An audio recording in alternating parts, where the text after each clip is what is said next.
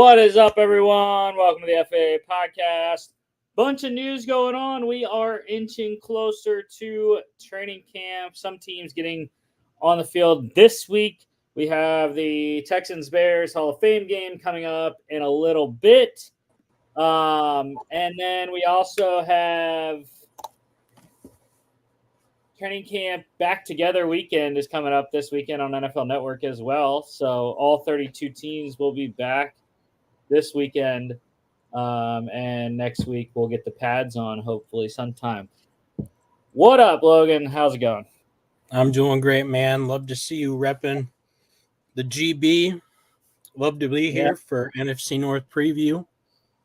The only NFC North gear I have, other than my my Bears towel, but that is boxed somewhere downstairs right now. All right, let's get into the news here.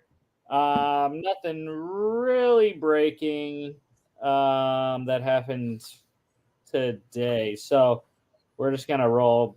You know, we could have breaking news. We're still waiting on that that contract, but anyways. UFL news, the Bears, talking NFC North. It's always funny. We've had this a couple times now doing the season previews for the divisions where the news just matches up with the division. So the Bears, they have a new linebacker coming in for camp. It's Michigan Panthers linebacker Javin White. So pretty good player there, sideline to sideline, was a key contributor for Mike Nolan's Panthers defense this year, getting them to the playoffs. Couple more workouts scheduled for UFL guys. Seahawks, they're hosting Defenders wide receiver Ty Scott for a workout. Remember, they just signed, if I can remember,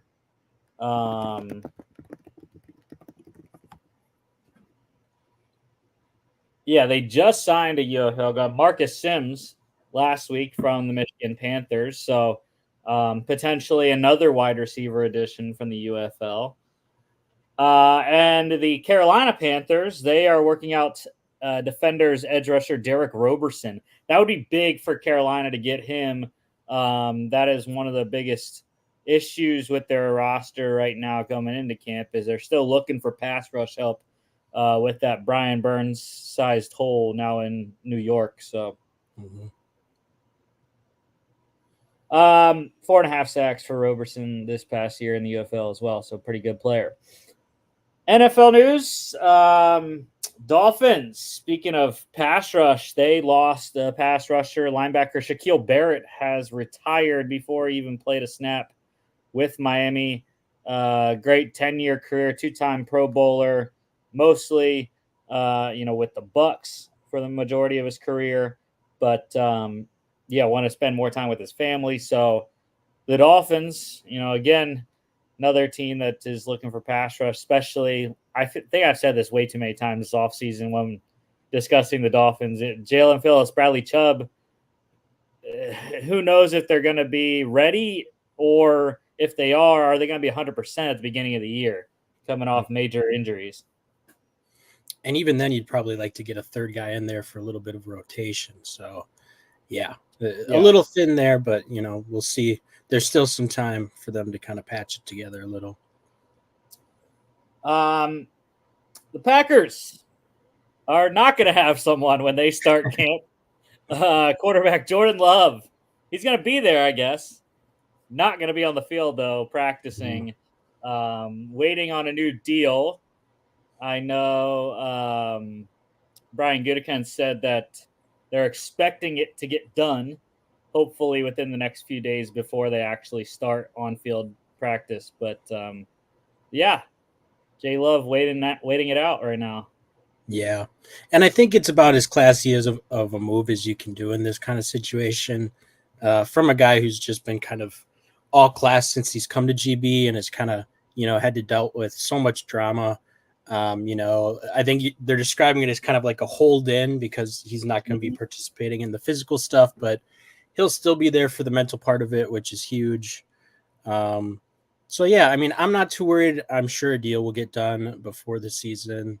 Um, you know, the Gutekunst has been saying that the deal is close for a while now, but these big mega contracts, there's a lot to go into it. And I think both sides want to get it done, so I think in that case it's going to get done. Hey man, I actually like it. I like Jordan Love not practicing. You know why? Mhm. Because it's going to give the Packers some early indication on who's going to win the backup job. Mhm. I don't know if it's an open. I kind of feel like it's an open competition.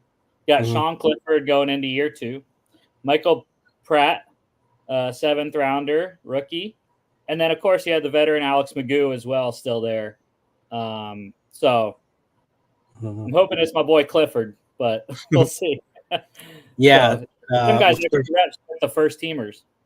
yep. Yeah. LaFleur said that they'd both split reps 50-50. So yeah, I think it's going to be pretty open. All right.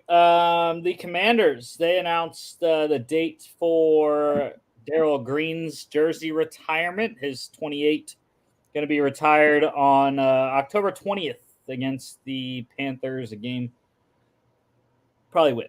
I would assume. We'll see though. We'll see. And the Jets, they announced today they're going to wear they're calling it their classic uniforms against the Bills, Week 6. That's October 14th. So here is what I'm talking about: classic jerseys. These are not what they're wearing. Where is it? I think it's these ones. I think. I don't know. I can't.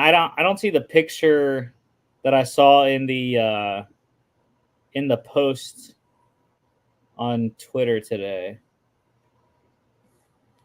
But yeah, I mean, I think it's something like that because it's not these.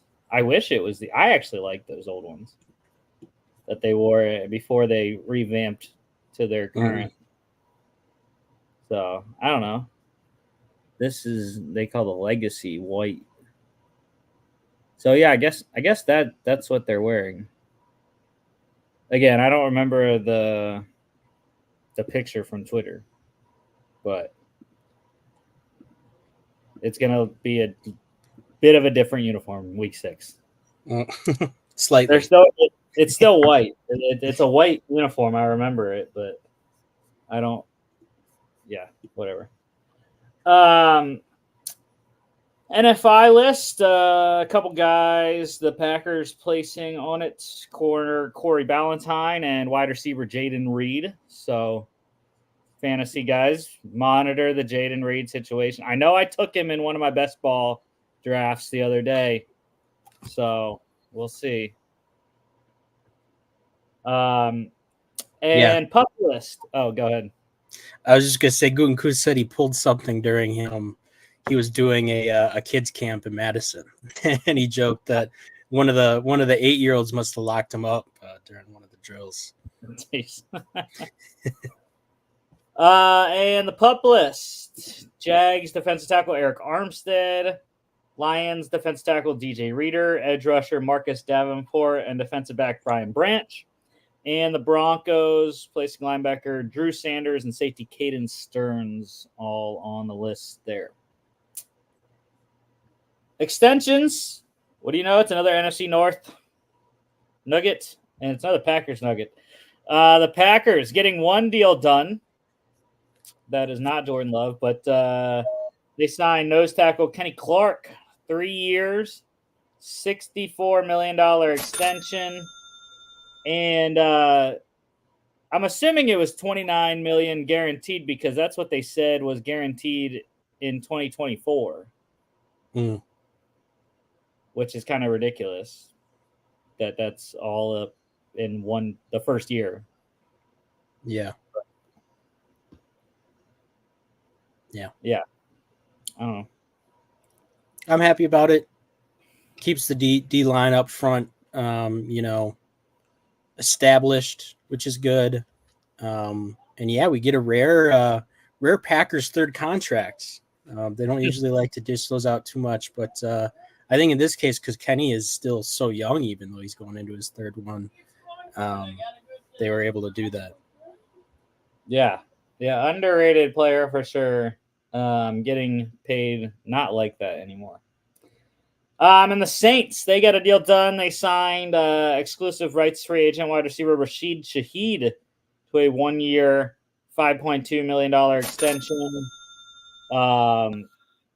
So that's really good. I mean, he gets some security, and player that kind of came out of nowhere. I mean, I knew him a little bit from his Weber State days, but guy that really has become one of the best deep threats, and he made the Pro Bowl and an All-Pro team last year as a returner. So,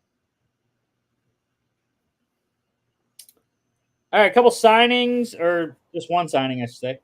The Texans, they signed Vikings running back Cam Akers. Not the team that I thought he would go to, but we'll see. I mean, they have a bunch of running backs in Houston, so I highly doubt he makes that team. But where'd you think he was going to go? Well, I mean, there are other teams that need running backs, i.e., Dallas. Yeah, they still need running backs, and there aren't that many options out there. So I think Cam Akers would have been a great shot flyer in Dallas, but I don't know. That I'm trying to think of other teams that really need running backs. I mean, Dallas is the easy, obvious one. I don't know why the Raiders popped into my head. I know they have White and Madison, and I think Abdullah's still on the team as well. But yeah. And then a couple workouts / visits here. Talking about the Dolphins earlier, they hosted edge rusher Emmanuel Ogbah for a workout. He played with Miami last year, limited snaps, but had a great season, 5.5 sacks. And I think they said it was like 20. He played 25% of the snaps or something like that. So this is really great production for him. Seeing he still got it. See if they can sign him for some early season production, like we talked about. And then the Seahawks, they hosted Dolphins center Connor Williams for a visit. Trying to see if they can get some more veteran interior line depth. All right, that is it for the news. So let's roll on to the NFC North season preview here. And we got records from Jimmy and our guy, Danny Potter. But Danny also gave me his thoughts on each team as well. So I'll read those when we get to them.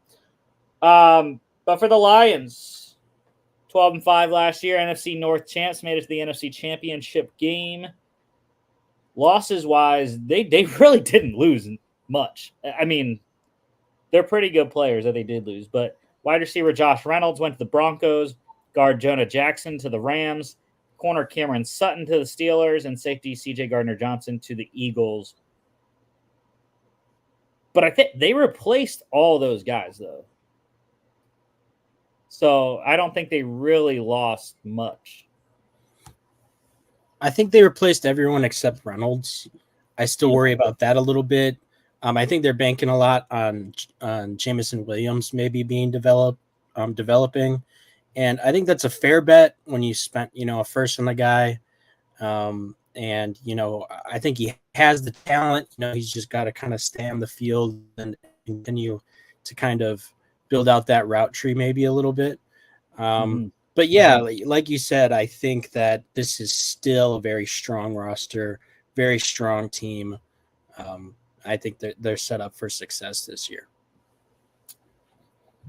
And additions-wise, they drafted running back Sione Vaki in the 4th round, 132nd. Going to be important on the new kickoff return format. Offensive tackle Giovanni Manu, they drafted in the 4th round, 126th. They signed guard Kevin Zeitler from the Ravens. They drafted guard Christian Mahogany, 6th round, 210th. Signed defensive tackle DJ Reader from the Bengals. Edge rusher Marcus Davenport from Jimmy's Vikings. Corner Amik Robertson they got from the Raiders. They traded for corner Carlton Davis from the Bucks. Drafted corner Tyrion Arnold in the 1st round, 24th. And corner Enos Rakestraw in the 2nd round, 61st. So, yeah, I liked a lot of what they did in the offseason. They didn't do a ton because they didn't really have a lot of holes. But like we kind of talked about, they replaced all the guys. Jonah Jackson out, Kevin Zeitler and Mahogany in. Cam Sutton they released because of off-field, but they had already traded for Davis. And they got Arnold and Rakestraw as well. Robertson even can play in sub packages. And the one thing they didn't get a safety necessarily in free agency, but they have some other guys. Brian Branch probably going to take the next step in year 2. But I love the DJ Reader signing as well. Beef up that interior. Yeah. And I really like the secondary overhaul they're doing. It's kind of like a 50-50, let's bring in some vets and let's draft some young guys. And I think that's really a good way to address a hole on your roster.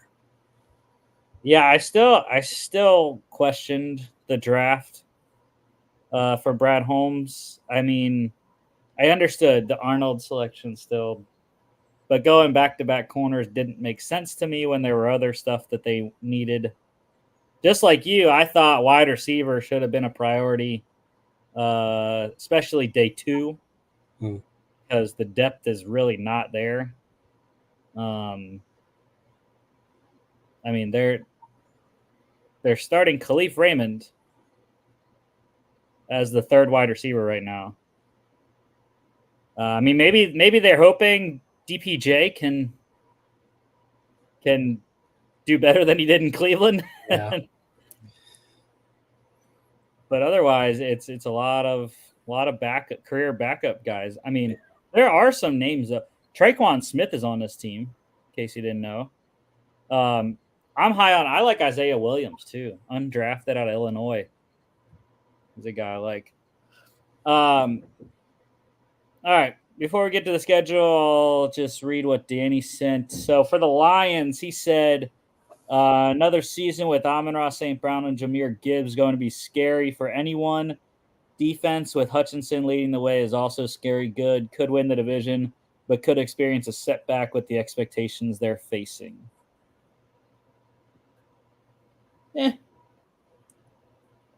I think they're ready for the expectations, though. We'll see how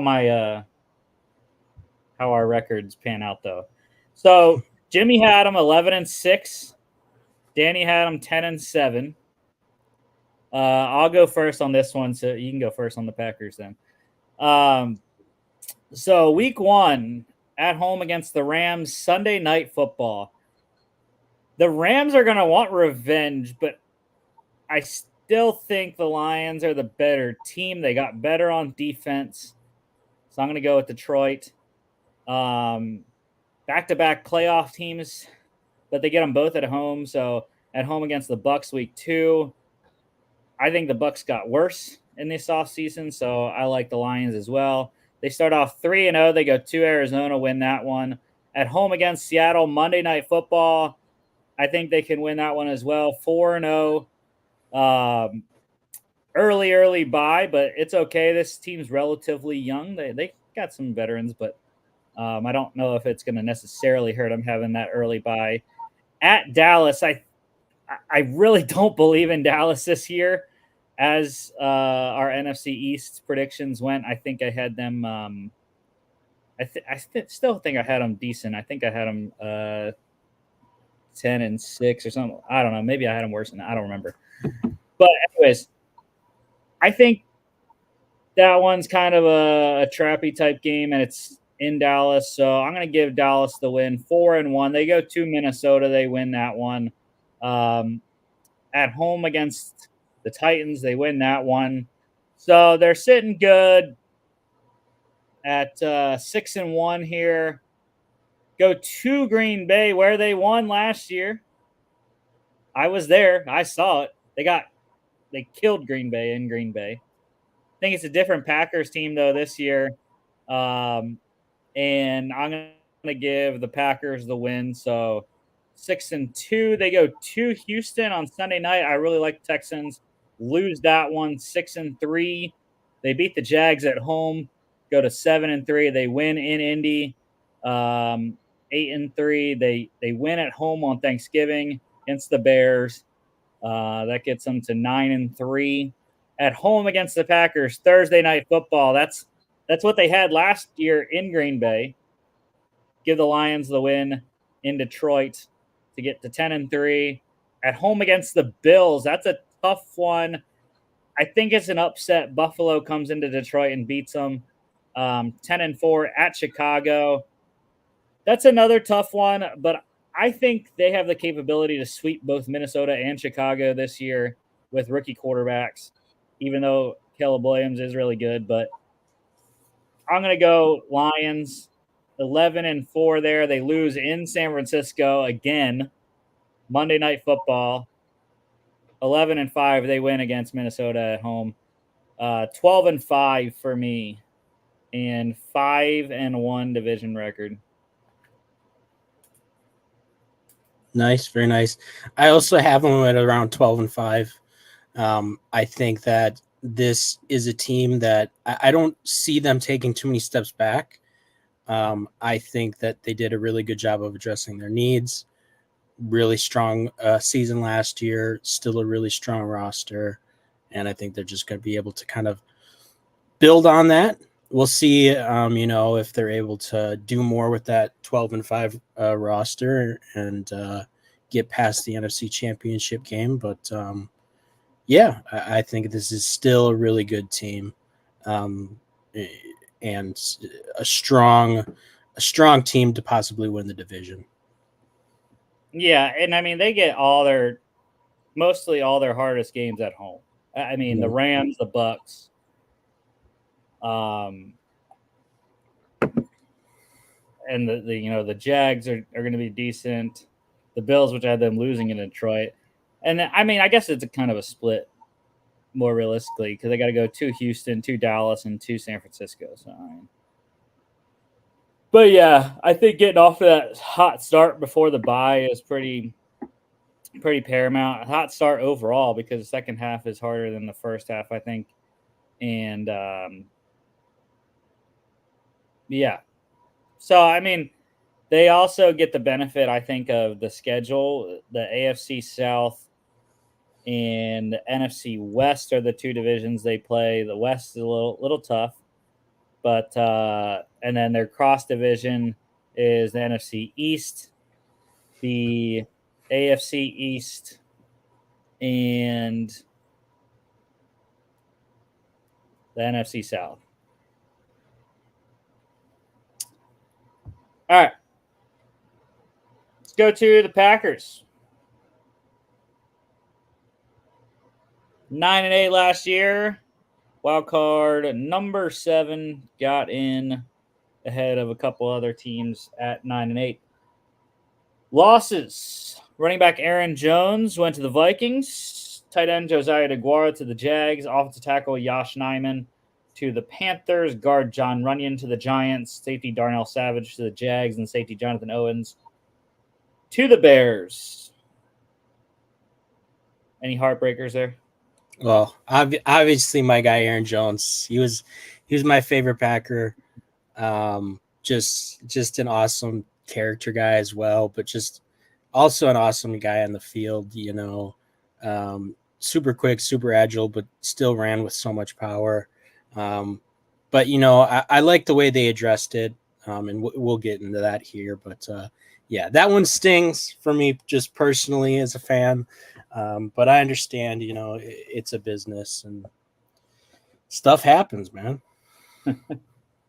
Yeah, I mean, I think that's definitely the biggest one as well. Runyon could be in a sneaky loss Um, we'll see. But on to the additions. Signed running back Josh Jacobs from the Raiders. Drafted running back Marshawn Lloyd, 3rd round, 88th. Signed offensive tackle Andre Dillard from the Titans. Drafted guard Jordan Morgan, 1st round, 25th. And drafted center Jacob Monk, 5th round, 163rd. Linebacker Edgerrin Cooper in the 2nd round, 45th. Linebacker Tyron Hopper, 3rd round, 91st. They signed Xavier McKinney from the Giants.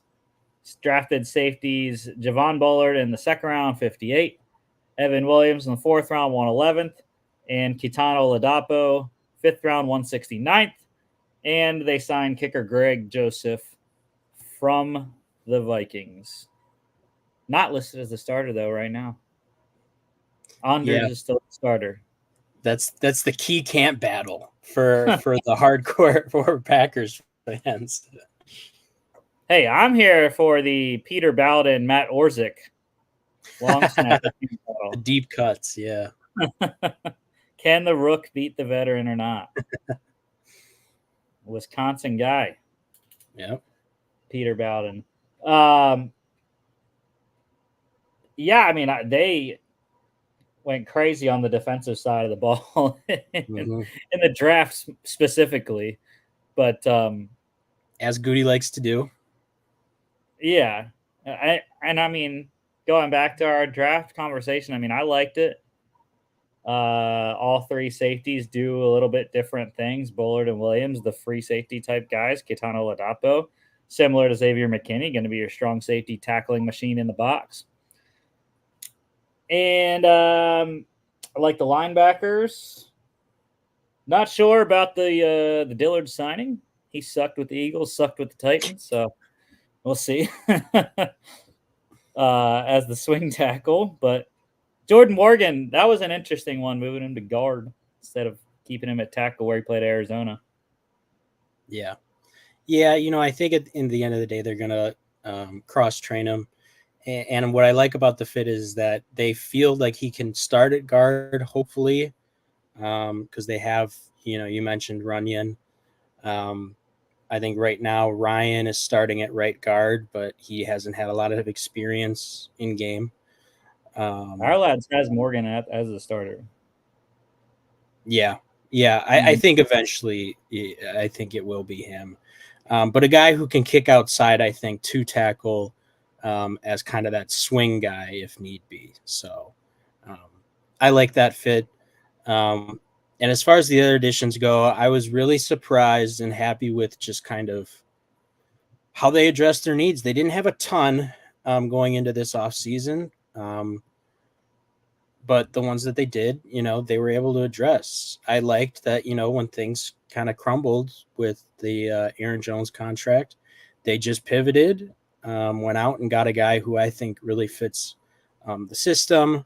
You might need to tweak it a little bit. Just because I think Aaron Jones is a better receiving back in terms of being able to split out wide a little bit more and do some formational stuff. But, I think Josh Jacobs for this system is a really good fit. I loved going out and getting Xavier McKinney. I think he's a guy who still super, super young. Hopefully his best ball is ahead of him, but who still has a really good resume and raises the floor at least to that safety room, which was probably the biggest question mark going into this year. And then they paired him with some more young talent to hopefully kind of reinforce the back end of that defense. So it's exciting stuff. I love the offseason from BG, and I'm excited to see him out there. Yeah, what is crazy, I saw this the other day when I looked at our lads' depth chart. They have Marshawn Lloyd as the backup to Josh Jacobs, not A.J. Dillon. That's crazy. Yeah, I know listening to some of the Packers beat writers right now AJ Dillon is kind of a top cut candidate who might not make the final kind of 53-man roster. I don't think that's going to happen just because like the Packers have a kind of a policy of bringing along rookies slowly. They did it with, Dillon and Jones before they kind of took over more significant roles. But, if Lloyd has a really good camp, they might just go into the season carrying two. I know they've done that in the past, and it is a possibility. Yeah. Well, I mean, yeah. I think even if you keep AJ Dillon, even if he's not, playing a significant amount of snaps, he's still one of the better goal line backs in the league. So, yeah, I'd like to even see him just make the roster. short yardage guy. Yeah. All right. Let's see what Danny's got on his Packers as well. Another season with a young and hungry wide receiver core, addition of a hungry veteran in Josh Jacobs and a budding and potential MVP in Jordan Love. It's going to be difficult for any team to go up against. Also, the defense is starting to form and become scary good. Watch out for the young D-line and linebackers this year. 11-6 for Danny, 10-7 for Jimmy. So, what do you got? I have them. This is a homer record, 1000%, but I have them at 13-4, and I think that's a ceiling kind of pick. I think that's the top end of what they can be, but I think they can make it. They ended the season last year really as probably the hottest team in the league. I mean, just the run they had where everything kind of just came together for them was really pretty special. And I think if they're able to capture some of that, and our new CD or DC, Jeff Hafley, is able to bring this defense along, I think that it could be a really special season for them. Yeah, I'm excited to see. Yeah, I probably don't have that high, but I feel like I'm gonna be in the same range as Danny and Jimmy. But at the Eagles, Brazil on Friday, I will be watching this game, partying with the Vikings fans and Browns fans at Jimmy's wedding because that's when this game is. If I can find a date, Anyways, I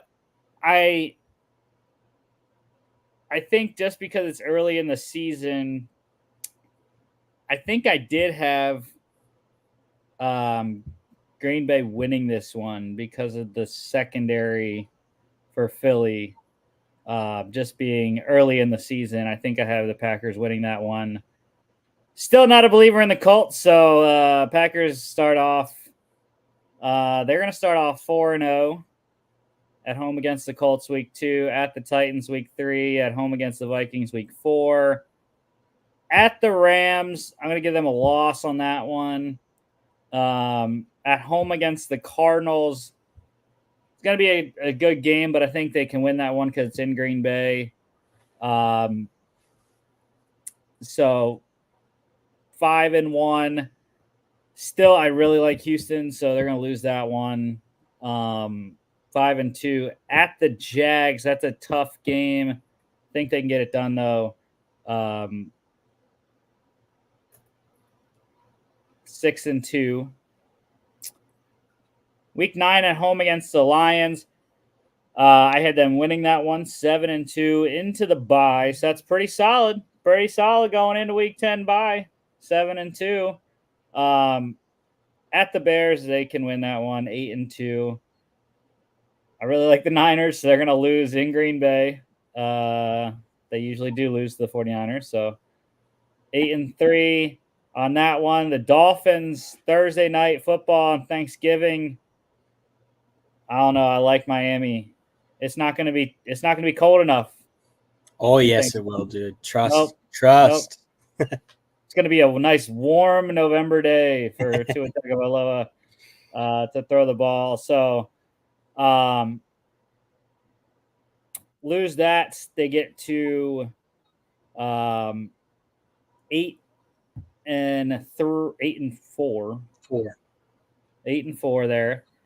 At Detroit, Thursday Night Football again. The next week, I had them losing in Detroit. So 8-5. It's not a great after the bye. 1-3. They got to go to Seattle now. Sunday Night Football. That's crazy what the schedule sets up with for the Packers at the end of the season.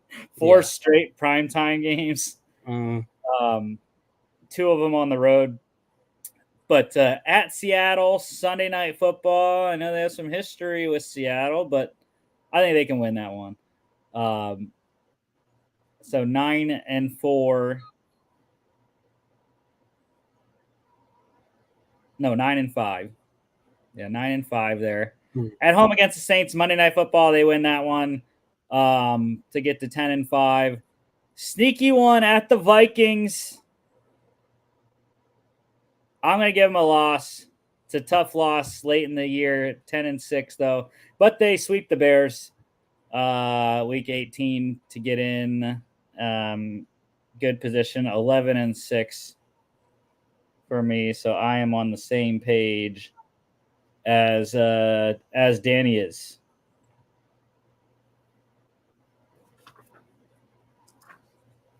All right. On to Jimmy's Vikings. So this was the team. They're pretty close actually with the Bears in terms of roster turnover this offseason. But they lost quarterback Kirk Cousins to the Falcons, quarterback Joshua Dobbs to the 49ers, running back Alexander Madison to the Raiders, wide receiver KJ Osborne to the Patriots, offensive lineman Hakeem Adeniji to the Browns, defensive tackle Dean Lowry to the Steelers, edge rusher Danielle Hunter to the Texans, edge rusher DJ Wonnum to the Panthers, edge rusher Marcus Davenport to the Lions, linebacker Jordan Hicks to the Browns, and kicker Greg Joseph to the Packers, like we said. It is crazy. The edge rush conundrum that Brian Flores had to deal with this offseason, the exodus and turnover at that position, I thought was the most notable, other than the quarterback, which everyone wants to talk about. But I was kind of surprised they didn't keep one of Hunter or Wonnum. Thought they might have kept one of those guys, but yeah, I was surprised they didn't end up keeping Hunter, to be honest. Just the production alone. Well, he's getting up there in age. Wonnum was the guy I thought they would maybe keep when they didn't keep Hunter because he was going to come cheaper and he's a little bit younger.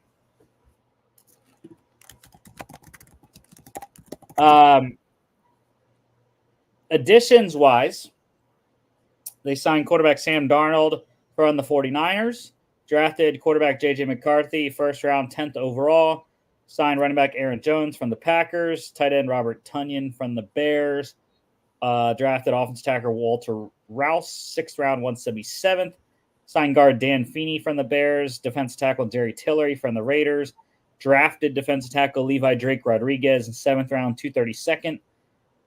Signed edge rusher Jonathan Greenard from the Texans, edge rusher Jahad Ward from the Giants, drafted edge rusher Dallas Turner, first round 17th. Signed linebackers Blake Cashman from the Texans, Andrew Van Ginkel from the Dolphins, Kamu Grugier-Hill from the Panthers, corner Shaquille Griffin from the Panthers as well, and they drafted kicker Will Reichard, 6th round, 203. That was a pretty good offseason for Kwesi Adofo-Mensah. They didn't have a lot of starting positions available with the free agents that they brought in. They literally do not have a rookie starter right now other than Will Reichard. But, yeah, I mean, getting Greenard, the bridge guy, and Darnold, we'll see how long he can last. And then I love the linebackers, especially Van Ginkel, dude. He's such a beast. Yeah. Yep. Yeah, he's one of the, I think, if you have a Mount Rushmore of underrated football players in the National Football League, he's definitely up there. Rotational guy who can really bring you a lot, I think, on the defensive side of the ball. Yeah, he's listed as a starter. I should have put edge and that's the thing. Like, he did all kinds of stuff in Miami. He rushed the passer and played off ball, but the Vikings right now, on our lads anyways, has him at the right outside linebacker in the base 3-4. So ahead of Dallas Turner currently. Yeah. But Will Reichard, dude, I love Will Reichard. Will Reichard. Technically, he does have to win his job. They do have former San Antonio Brahmas kicker John Parker Romo on the roster, so does have to win his job. But he was actually my top kicker in the draft, and he went. I think he was the first. I think he was the first kicker. I think, or no, I can't remember. I know Torrey Taylor was the first specialist, but can't remember how the kickers felt. All right. To Danny here with his Vikings analysis. Offense is going to be amazing if JJ McCarthy is the answer at QB. And that's it. That's all he has for the Vikings.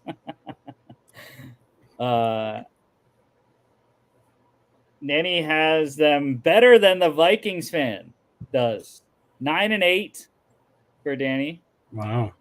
Which is a lot better than they finished last year.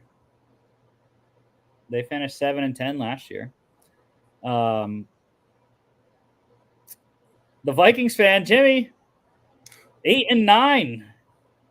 He does not think it's going to be a playoff year potentially like Danny does. Well, I'll go here. The Vikings, I feel like it's so hard to predict because you don't know, like, when is it going to happen? When is JJ going to be on the field? And what is he going to look like when he does get on the field? So, at the Giants, week 1, I do have the Vikings winning that one. I don't believe in the Giants at all. I think I had the Giants going 5-12. I think I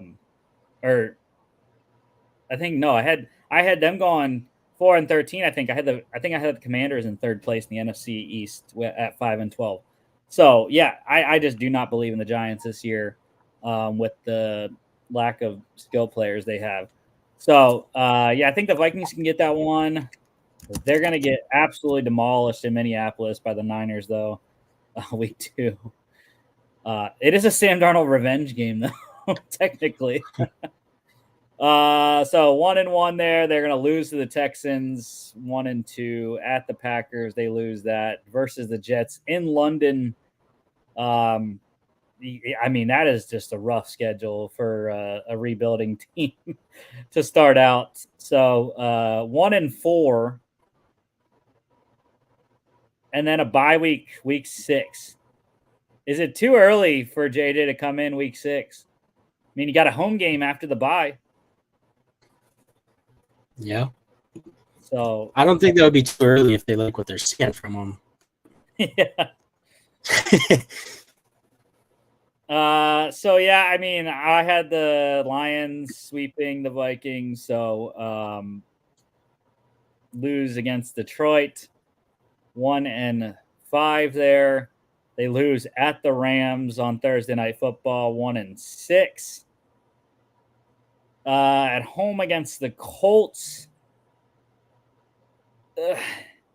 I'm going to give it to them just because it's at home, and I want to find some wins for the Vikings. So 2-6. They lose at Jacksonville. 2-7. The schedule gets much easier after the Jacksonville game, though. At the Titans, I hate the Titans this year. I had them at, I think, 3-14, 4-13. So, yeah, at the Titans, they win that one. They're going to split with Chicago. That's going to be their only division win this year. But it's not going to be at Chicago. So I'm giving them a loss on that one.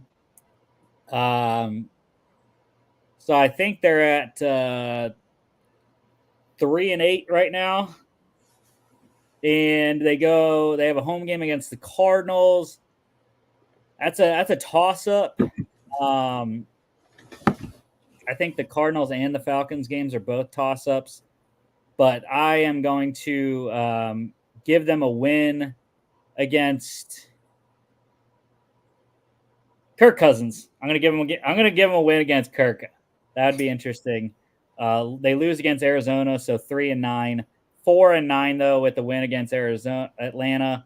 They beat the Bears on Monday Night Football, 5-9 at the Seahawks. It's a tough game. I still think the Seahawks are a better team than the Vikings, and they got to go to Seattle.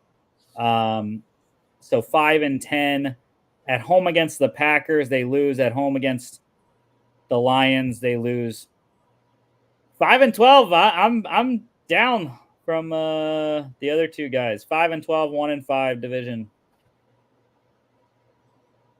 Yeah, I also have them at 5-12. Jimmy, if you're listening, cover your ears, look away. I just, and looking at their depth chart, like I like the moves that a lot of the moves that they made for this roster. It's just that I really don't like what they did with the most important position group, which is quarterback. And I mean, I appreciate and understand they kind of did the best they could with the situation that they were in. And I do agree with their decision to move on from Kirk, just because I think that they understood they reached kind of the limit of what they were able to do with him. And the high-end output they were getting was basically a fringe playoff team, and that just wasn't enough for how much he was getting paid. And they knew they had to pay Jefferson, so I like that they went younger. I just, the process I struggle with. I know, we've kind of talked about JJ McCarthy before. I liked JJ McCarthy as kind of a redshirt 1 or 2 years, late first round prospect, and then take over an offense kind of guy. I didn't like him potentially having to be the guy right away. I know they brought in Sam Darnold. I don't have the faith there. I know he can give you like some flashes, and I know that like there are some cut ups out there where you're like, hey, that's like a pretty insane throw. It's just, he's been in the league long enough to where like I think we know what you can get out of Sam Darnold, and unfortunately I just don't think it's a long-term starter, even if it's only for a season. I just don't think he's going to be able to do that. So I think it's going to be a rough year this year. I think long-term they're going to get better. But yeah, that's kind of where I'm at with them. This is another team, though, that I don't know what they're doing at wide receiver. Depth. Like they're starting Brandon Powell as the number 3 right now. Yeah. And it's not better behind him. Like, Jalen Naylor, Trent Sherfield, Tristan Jackson, and then it's a bunch of other guys. So I mean, can excuse that for them, I think, a little bit though, because I also like their tight end room. Obviously they have Hawk, but I also do like Josh Oliver too as a TE2. So I understand that a little bit. But yeah, I mean, definitely something to keep an eye on. Bro, N'Keal Harry's playing tight end for them. Okay. Yeah, that's right. He made the switch, right? Well, they did sign the Funyon this offseason as well. So, I mean, I think this team is going to be good defensively. Brian Flores is going to get those boys together. Secondary still concerns me a little bit, especially at corner. I'm not impressed by what they have outside of Byron Murphy. So that the front seven, though, I think is going to be very solid, especially with what they did at edge and linebacker in the offseason. But also, I said I liked Reichard, but you never know with rookie kickers. Yeah. As you know well. With yeah. Packers fan. Yeah. Bro, NFC playoffs. Why? Yeah. All right, on to the last team finally, the Chicago Bears. Losses. Quarterback Nathan Peterman went to the Saints. Yep, that's a loss. They traded quarterback Justin Fields to the Steelers. Running back Deontay Foreman went to the Browns. Wide receiver Darnell Mooney to the Falcons. Wide receiver Equanimous St. Brown to the Saints. Wide receiver Trent Taylor to the 49ers. Tight end Robert Tonyan to the Vikings, like I said. Guard Dan Feeney to the Vikings. Offensive lineman Cody Whitehair to the Raiders. And safety Eddie Jackson just signed with the Ravens last week. I don't know if they're going to miss any of these guys. Other like Foreman is really the only guy. I would say Whitehair, but he's up there in age now and has lost a little bit of a step. So I don't know.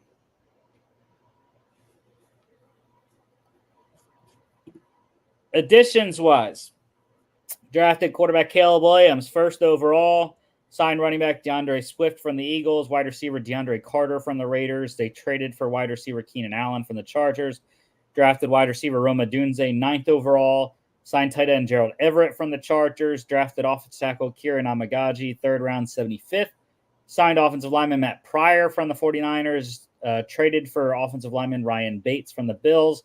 Signed safety Kevin Byard from the Eagles. Safety Jonathan Owens from the Packers. And drafted punter Torrey Taylor, 4th round, 122nd. This is another team, though, I liked what they did for majority of the offseason. I'm not sold on Swift. He really went downhill in the second half with Philly. He lost a step, I thought.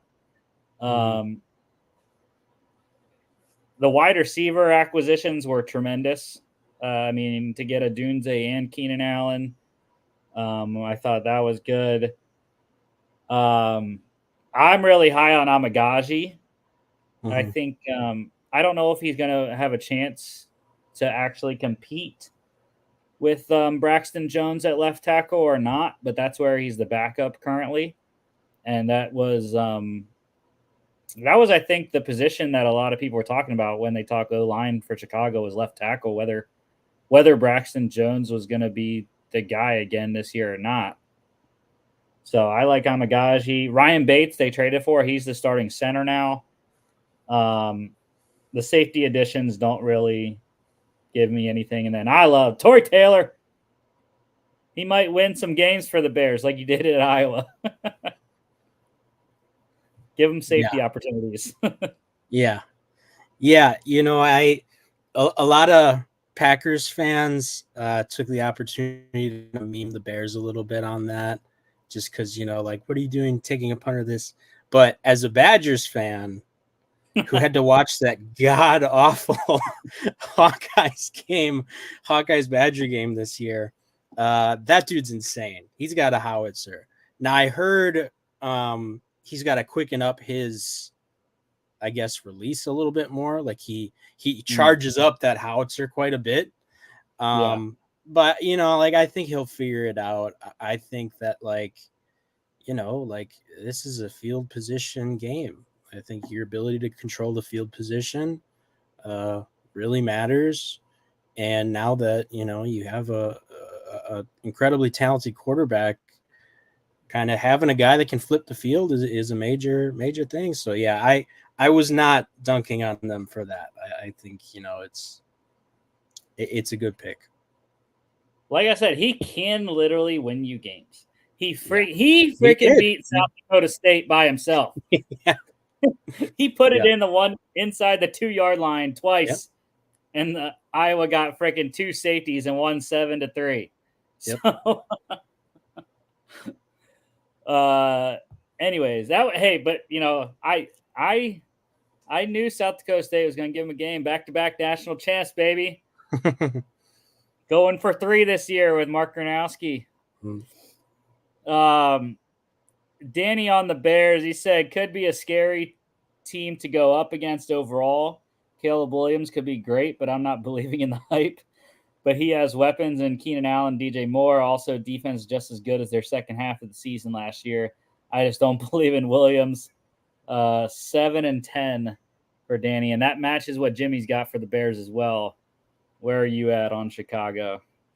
I have them at 8-9, so I have them at a 1-game improvement on last year.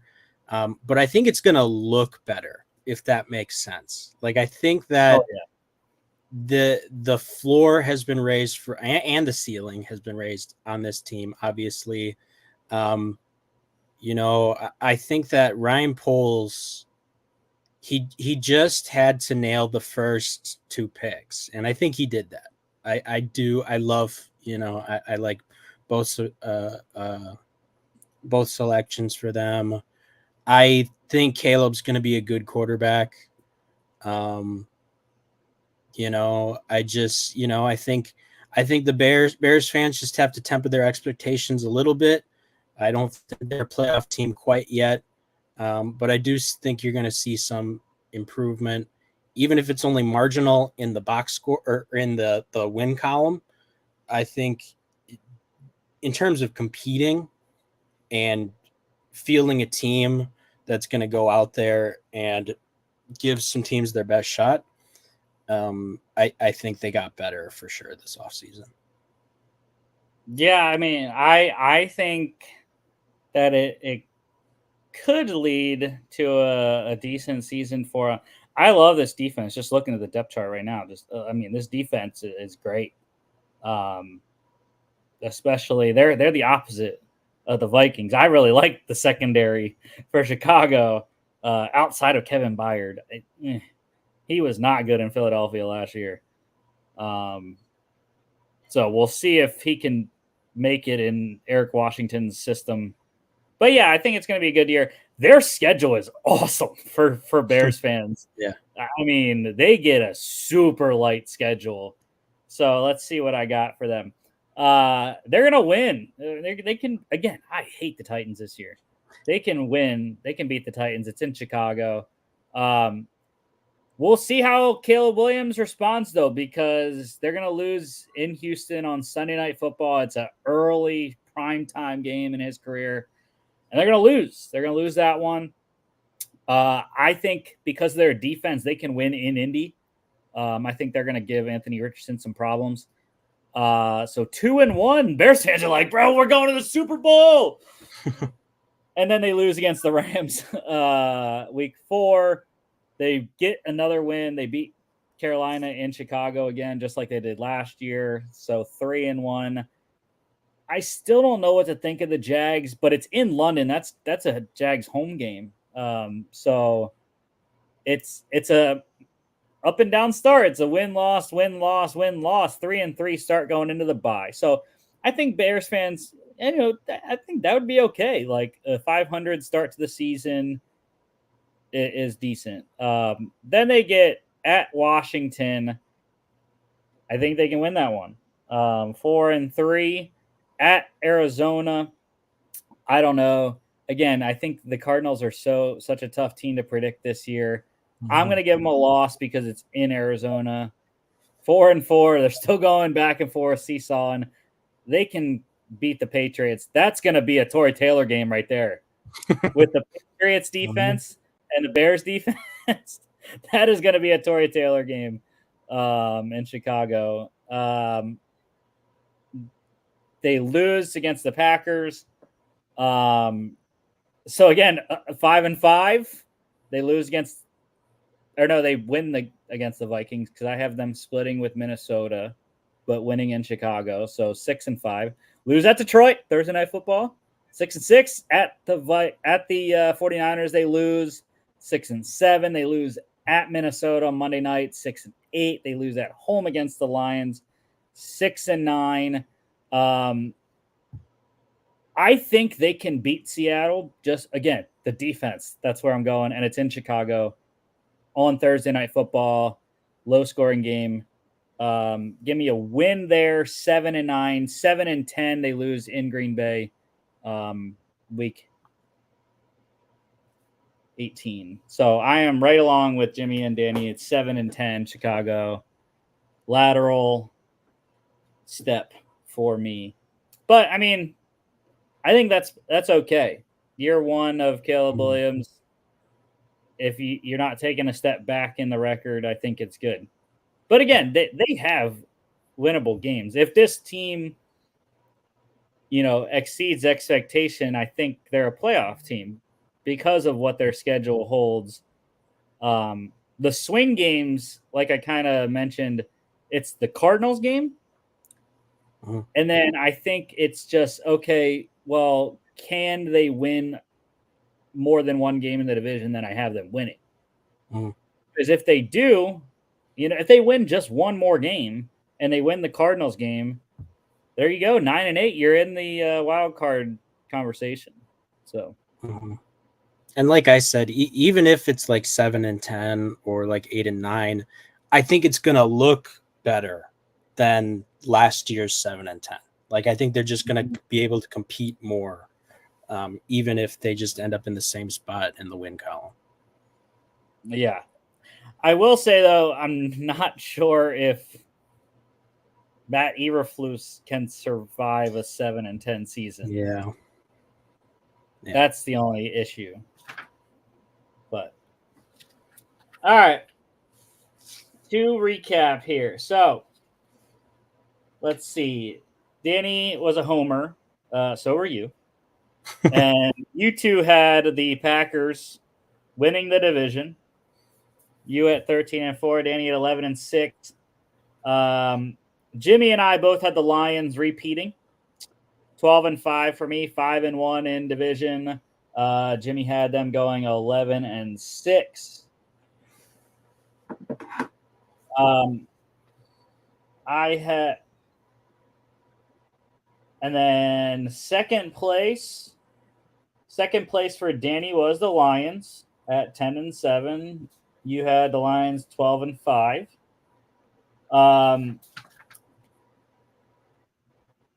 Jimmy and I both had the Packers in second place. Him at 10-7. I had them 11-6, 5-1 division record. And third place, Danny and Jimmy both had the Vikings. Danny had a 9-8. Jimmy had 8-9. You and I had the Bears in third. You had 8-9. I had them 7-10, 1-5 division record. Jimmy and Danny 7-10 for the Bears in fourth place. You and I 5-12, 1-5 for my division record there. So